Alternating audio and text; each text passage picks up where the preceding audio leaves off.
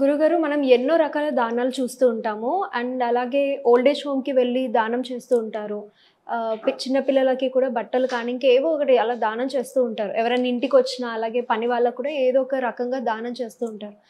అసలు ఎలాంటి వస్తువులను మనం దానం చేయకూడదు అంటారు?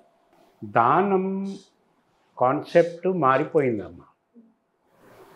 అసలు దానం చేయటం అంటే ఏంటి?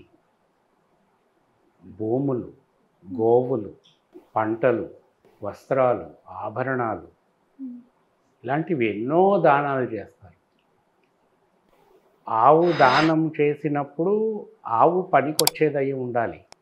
పాలిచ్చేదయి ఉండాలి. దూడతో సహా దానం చేయాలి ఒకవేళ చేయవలసి వస్తే.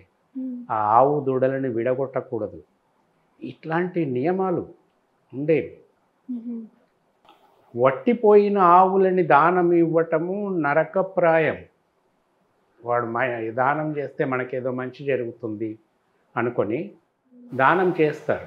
వట్టిపోయిన ఆవులు అంటే? వట్టిపోయిన ఆవు అంటే ఇంకా పాలు రావు, ఆహా! ఏజ్డ్. అటువంటి ఆవును ఎవరికైనా దానం చేస్తే వాడికి ఏం ఉపయోగం? దానివల్ల దానికి తిండి దానికి గడ్డి మేపటానికి సరిపోతుంది వాడికి. దానివల్ల ఉపయోగం ఏముండదు. అటువంటి దానం ఇవ్వకూడదు.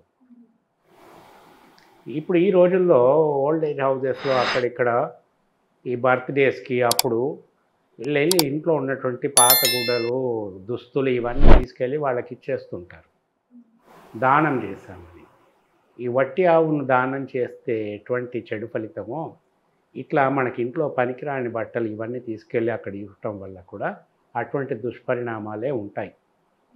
అది దానం అనరు, వదిలించుకోవటం అంటారు. పనికిరావు, ఎక్కడ పారేయాలో తెలియక దానం ఇస్తున్నాం అనుకొని ఓల్డ్ ఏజ్ హోమ్లో అక్కడిక్కడ ఇస్తారు. ఇది కరెక్ట్ కాదు. దానం అంటే స్వర్ణం. దుస్తులు అంటే కొత్తగా కుట్టించిన దుస్తులు ఇవ్వాలి. వస్త్రాలు అంటే కొత్తగా కొన్న చీరలు ఇట్లాంటివి తీసుకెళ్ళి ఇవ్వాలి. ఇవి దానం అంటే. నీకు పనికిరానివి ఇస్తే అది వదిలించుకోవటం, ఎక్కడ పారేయాలో తెలియక దానం కిందకి రాదు. అలాగే నీకు పనికిరానివన్నీ ఎవరికో ఇచ్చే దానం అనుకుంటే అది దానము కాదు. ఇచ్చింది ఏదైనా కూడా మనస్ఫూర్తిగా వాడి మంచి కోసం మనం ఇవ్వటం. అలాగని శక్తికి మించిన దానాలు చేయకూడదు. శక్తికి మించిన దానాలు ఎందుకు చేయకూడదంటే, నువ్వు అప్పు తీసుకొచ్చి ఒకరికి దానం చేయొద్దు. అది నిన్ను నువ్వు మోసం చేసుకుంటున్నట్టే. ఇప్పటికి దానం ఇస్తావు, బాగానే ఉంటుంది. కానీ అప్పు తీర్చడానికి నువ్వు ఎంతో కష్టపడవలసి వస్తుంది తర్వాత. అది అనవసరం నీకు. నీ శక్తి ఎంత ఉందో అంతవరకే చేసుకోవటం బెస్ట్. ఇప్పుడు ఈ చేసిన అప్పు తీర్చే ప్రాసెస్లో కానీ, దానికి వడ్డీలు కట్టే ప్రాసెస్లో కానీ నీకు, నీ కుటుంబ సభ్యులకి వీళ్ళందరికీ స్పర్ధలు వస్తాయి. దానివల్ల కుటుంబం విచ్ఛిన్నమయ్యే అవకాశం కూడా ఉంటుంది. అందుకని శక్తికి మించిన దానాలు ఎప్పుడూ చేయొద్దు. మాటనే ఇవ్వద్దు. నువ్వు చేయగలిగిందే చేయాలి. ఎటువంటివి దానం చేయకూడదు అంటే చెప్తున్నాను. నీవి కానిది నీ దగ్గర ఉన్నప్పుడు దాన్ని దానం చెయ్యకు. ఇప్పుడు ఇండియా, పాకిస్తాన్, చైనా ఉంది. ఇండియా దగ్గర నుంచి పాకిస్తాన్ కొంత ఆక్రమించింది. అందులో సియాచిన్ తీసుకెళ్ళి చైనాకి ఇచ్చేసింది దానంగా. తనది కాంది ఇవ్వటం వల్ల ఎన్నో సమస్యలు వస్తాయి. ఈ దానం పేరుతో ఇన్ని సమస్యలు కొని తెచ్చుకోవటం అనవసరం. ఇప్పుడు వస్త్రాభరణాలు ఏవైనా చేపిస్తే నీ దగ్గర ఉన్న ఆభరణాలు ఇచ్చేయటం కాదు, వాడి కోసం ఆభరణం చేపించి నీ దగ్గర ఉన్నది ఎవరైనా దానం కింద అడిగినప్పుడు, అది నీ శక్తికి మించింది కానప్పుడు అది దానం చేయి. దానకర్ణుడి గురించి చెప్తారు. ఏది అడిగినా దానం చేస్తూ వచ్చాడు, దానకర్ణుడు అయిపోయాడు. ఎవరు వచ్చి ఏది అడిగినా కాదనుకుంటా ఇచ్చాడు. కానీ చివరికి అవన్నీ ఎక్కడికి తీసుకొచ్చాయి? తన పతనానికే తీసుకొచ్చాయి. తన కవచ కుండలాలను కూడా దానం చేస్తాడు. తనకి తెలుసు అవి చేయటం వల్ల తనకి ప్రాణహాని ఉందని, అయినా కూడా ఇచ్చేశాడు. సో ఇటువంటి దానాలు చేయకూడదు. మనకి ఇన్కన్వీనియన్స్ కలిగించే దానాలు చేయొద్దు. మన శక్తి ఉన్నంత వరకే చేయాలి.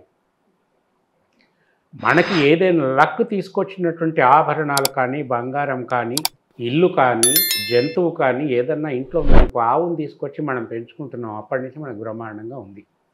ఓ కుక్కని తెచ్చి పెంచుకుంటున్నాం, అప్పటి నుంచి చాలా బాగుంది అన్నది మనకు అర్థమైపోయింది. లేదా మనకి ఏదో ఒక ఆభరణం చేపించి వేసుకున్న ఒక రత్నమో రాయో అప్పటి నుంచి మనకి బాగుంది. సో ఇటువంటివి ఎవరైనా అడిగినా కూడా దానం చేయకూడదు. కొత్తది కొన్ని ఇవ్వాలి వాళ్ళకి, మన దగ్గర ఉన్న ఇవ్వకూడదు.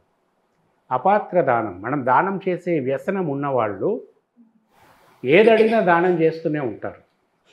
మనం ఎంతోమంది జమీందారులను చూసాము. వాళ్ళ వాళ్ళ జమీను పోయినా, వాళ్ళ ప్రాభవం పోయినా, దానకర్ణుడు దానకర్ణుడు అని 10 మంది పొగడుతూ ఉంటే ఆ పొగడతలకు పడిపోయి వాళ్ళు అడుగుతున్న వాటి అన్నింటిని కూడా తనకు స్తోమత లేకపోయినా, తన దగ్గర లేకపోయినా ఉన్నవి అమ్మి తీసుకొచ్చి వాళ్ళకి డబ్బులు ఇచ్చి క్రమంగా దరిద్రులైపోయిన వాళ్ళు జమీందారులు ఎంతోమంది ఉన్నారు. సో అపాత్ర దానం మనం ఇచ్చేది వాడికి పనికొచ్చేదిగా ఉండాలి. నీ అంత నువ్వు దానం చేస్తున్నప్పుడు వాడికి పనికొచ్చేది దానం చేయాలి, పనికి రాంది చేయకూడదు. దానము నీ ఇష్టమైతేనే చేయాలి, లేకపోతే చేయకూడదు. కొన్ని కండిషనల్ దానాలు ఉంటాయి. బలిచక్రవర్తిని వామనుడిపై 3 అడుగుల జాగా అడుగుతాడు, మనకి పురాణాలలో ఉంది. బలిచక్రవర్తి చాలా గొప్ప చక్రవర్తి, గొప్ప దానశీలి, ముల్లోకాలు జయించినవాడు. అటువంటి వాడిని వామనుడు వెళ్ళి 3 అడుగుల జాగా అడుగుతాడు. ఆయన ఇవ్వని పోనయచ్చు, కానీ వచ్చినవాడు విష్ణువు. అంతటి వాడు వస్తే అడిగితే ఇంక అంతకంటే ఏమిటి, అంతటి వాడు వచ్చి నన్ను అడుగుతున్నాడు, నేను ఎట్లా కాదంటాను అని తన చెయ్యి పైన తీసుకునే చెయ్యి కింద ఉంటుంది. అంటే విష్ణువు చెయ్యి కింద ఉంటుంది, తన చెయ్యి పైన ఉంటుంది ఇచ్చేవాడు. ఓకే. కాబట్టి తను దానం ఇవ్వటానికి ఒప్పుకుంటాడు. అప్పుడేంటి, దానం ఇచ్చినప్పుడు జలతర్పణం చేసుకుంటూ ఈ దానం నీకు ఇస్తున్నాను అంటే బలిచక్రవర్తి చెయ్యి పైన ఉంటుంది, విష్ణు చెయ్యి కింద ఉంటుంది. ఆ జలధార పడి ఆ 3వ అడుగు ఎక్కడ పెట్టాలి, ఒకటి పృథ్వీని ఒకటి ఆకాశాన్ని ఆనించి 3వ కాలు ఎక్కడ పెట్టాలంటే తల చూపెడతాడు. అక్కడ పెట్టి పాతాలని నొక్కేస్తాడు. కానీ ఆయన అప్పటికి కూడా చిరంజీవి బలిచక్రవర్తి. సో ఇట్లాంటి ఉదాంతాలు ఎన్నో ఉన్నాయి. ఇప్పుడున్న సమాజంలో, ఇప్పుడున్న పరిస్థితుల్లో ఈ దానాలు ఇవన్నీ పెట్టుకోకపోవటం మంచిది. దానం చేసేవాళ్ళు ఒక్క విషయం గుర్తుపెట్టుకోవాలి, మనకి ఒక సంపద వచ్చింది అంటే దాని అర్థం ఇది ఎప్పుడో ఎక్కడో మన అవసరాలు తీరుస్తుంది, దీని అవసరం మనకి పడుతుంది. భగవంతుడు ఊరికే ఇవ్వడు. ఒక వ్యాపారం చేసి ఉండొచ్చు, లేకపోతే ఏదైనా ప్రొఫెషన్లో ఉండొచ్చు, 4 డబ్బులు రావచ్చు, వచ్చినాయి కదా డబ్బులు దానం చేస్తాను, నా దానగుణం చూపెట్టుకుంటాను అని కాదు. అది రావటానికి ఒక కారణం ఉంటుంది. మీకు పిల్లలు పుడతారు, వాళ్ళని చదివించటానికో, లేకపోతే వాళ్ళ విద్యాబుద్ధులు నేర్పటానికో, లేకపోతే వాళ్ళకు ఒక మంచి భవిష్యత్తు ఏర్పాటు చేయటానికో ఈ ధనం పనికొస్తుంది. దీని పరమార్థం అది. ఇది దానం చేయటం వల్ల రేపు వాళ్ళని సరిగ్గా చూడలేకపోతావు నువ్వు, రేపు నీ దగ్గర డబ్బులు ఉండవు. సో భగవంతుడు నీకు ఇచ్చిన సంకల్పాన్ని నువ్వు తిరగవేస్తున్నావు. ఆ పర్పస్కి ఎందుకైతే నీకు డబ్బు వచ్చిందో ఆ పర్పస్కి నువ్వు దాన్ని వాడటం లేదు, దానం చేస్తున్నావు. ఇది కరెక్ట్ కాదు.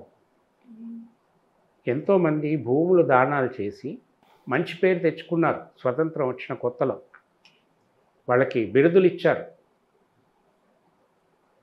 ఎవరైతే వీళ్ళ ద్వారా భూమిని పొందారో వాళ్ళు కోటీశ్వరులు అయ్యారు ఈరోజు. ఎవరైతే దానం చేశారో వాళ్ళ పిల్లలు దరిద్రులయ్యారు. సో ఏ విధంగా నువ్వు న్యాయం చేకూర్చావు? ఆ పిల్లలు, నాకు తెలుసు, మా తాతగారు దానం చేశాడు, వాడు ఈరోజు కారులో తిరుగుతున్నాడు, ఇంత భూమి ఉంది, మాకేమీ లేదు, మా ముందే తిరుగుతున్నారు. మా తాతగారు ఆ రోజు అలా చేసి ఉండకపోతే మేము ఈరోజు ఇట్లా హీనమైన పరిస్థితిలో ఉండేవాళ్ళం కాదు కదా. సో ఇది దృష్టిలో పెట్టుకోండి. Whatever you are earning, there is a purpose for it. కేవలం దానాలు ధర్మాలు చేయటం కాదు. మీ శక్తికి తగ్గట్టు కొంచెం చిన్నగా చేసుకోండి, కానీ పెద్ద ఎత్తున వద్దు. కాపాడుకోండి, ఇంకా ధనవంతులు అవ్వండి. అన్నదానము అనేది చాలా చాలా చాలా హీనమైన వర్డ్. అన్నదానం అనేది చాలా హీనమైన వర్డ్. నువ్వు అన్నం దానం చేయటం ఏంటి? ఎవరికైనా ఆకలైన వాడికి అన్నం పెట్టు నువ్వు, అది అన్నదానం కిందకి రాదు. మరి దాన్ని ఏమనాలి? దాన్ని సంతర్పణ అంటారు. సరదర్పణ. లేకపోతే ఒకరి ఆకలి తీర్చడానికి నువ్వు వాడికి సహాయపడుతున్నావు. 10 మందిని కూర్చోబెట్టి అన్న సంతర్పణ చేస్తారు, అన్న ప్రసాదం అంటారు, ఆకలి తీర్చటం అంటారు. అన్నదానం అన్నది కరెక్ట్ కాదు. అన్ని దానాల్లోకి వెళ్ళి అన్నదానం గొప్పది అని చెప్తారు. అన్నం దానం చేయటం ఏంటి? నువ్వేవాడు అన్నం దానం చేయటానికి? అన్నం నువ్వు పండించావా? నువ్వు రైతువా? రైతుకు పెట్టొచ్చు ఆ మాట.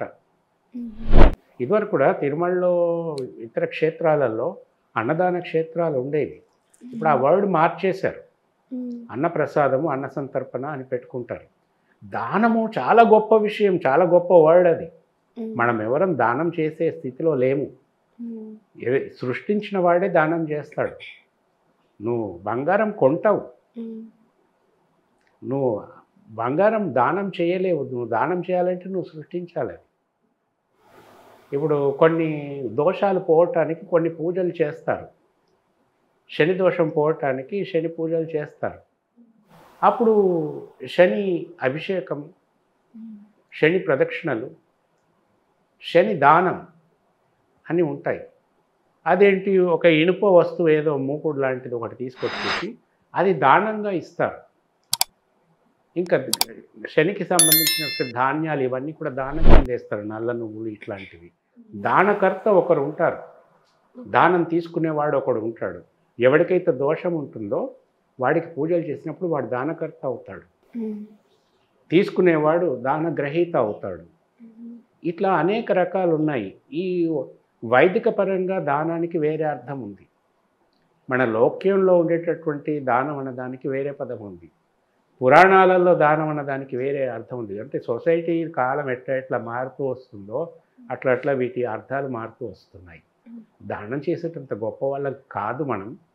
ఎప్పుడైనా ఎవరి బర్త్డే ఇంట్లో ఉన్నప్పుడు మనకి ఓల్డ్ ఏజ్ హోమ్లో కానీ ఎక్కడైనా మీరు బట్టలు దానం చేస్తున్నారంటే, ఏదైనా సరే మీకు పనికిరానిది ఒకడికి ఇస్తున్నారంటే దానం కాదు, ఆ పనికిరాని వస్తువును వదిలించుకోవటం అవుతుంది. సో మీరు చక్కగా కొత్తవి కొని దానం ఇవ్వండి. దానం అట్లా మీకు ఒక సాటిస్ఫాక్షన్ ఉంటుంది. ఇప్పుడు మీరు కూడా ఒక ప్రొఫెషన్లో ఉన్నారు, ఎవరికో ఏదో పనికిరాంది మీకు ఇచ్చి దానం అనుకోమంటారు. మీరు ఎట్లా యాక్సెప్ట్ చేస్తారు అది? అంటే ప్రతి ఒక్కరికి ఒక మనసు ఉంటుంది. వాడు పెద్దవాడా చిన్నవాడా అని కాదు. అవసరానికి ఏదో నీ దగ్గర ఉన్నది ఇచ్చావు, అది దానం కాదు. ఒక చలికి వణుకుతున్నాడు, నీ దగ్గర ఉన్న స్వెటర్ తీసుకెళ్ళి ఇచ్చావు, వేసుకున్నాడు, ఈజ్ హ్యాపీ. ఆ దానం అనుకోకు. నువ్వు ఒక అవసరానికి ఒకరికి హెల్ప్ చేసావు అనుకో. సో దానము ఏవి చేయాలి ఏవి చేయకూడదు అన్నప్పుడు ఇవన్నీ దృష్టిలో పెట్టుకుంటే ఏది చేయాలి ఏది దానం చేయకూడదు అన్నది మీకే ప్రస్ఫుటంగా తెలిసిపోతూ ఉంటుంది.